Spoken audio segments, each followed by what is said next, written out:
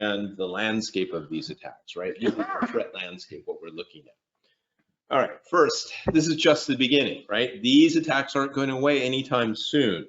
They will change in nature, but they're based on us making mistakes or us doing things wrong or us using the internet, sometimes when we shouldn't, or making the access too open too often, those kind of things. So when we look at this, cyber attacks against critical infrastructure and supplies, water, power, electricity, in the second quarter of 2021 increased by 300% globally compared to the previous years. And it just keeps getting worse, right? And if you imagine just in the education sector, we saw a 200% increase. They're going after our children's information and our ability to teach.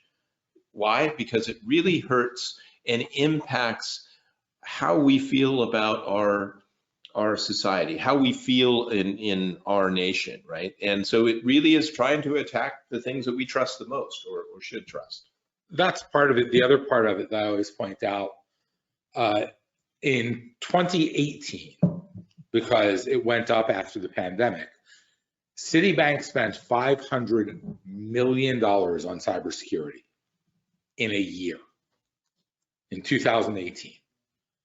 Those of us on this call know how much money that is. They have the budget because they're banks. You know, the old Willie Sutton line, why do you rob banks? Because that's where the money is. So they understand that they need to spend the money. The problem is that all too often, as Sean was saying earlier, cybersecurity is an afterthought in the public sector, and especially in schools where, you know, you want to put the money into where the kids are, and the kids aren't in cybersecurity. Very few kids are hacking into their schools.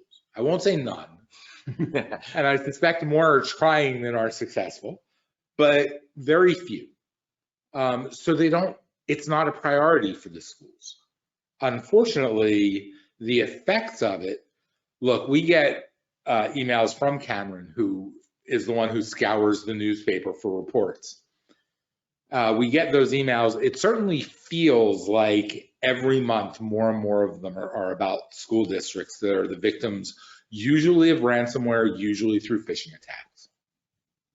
But we also all saw the Florida attack in what, 2019? Mm-hmm. When they went after a water system.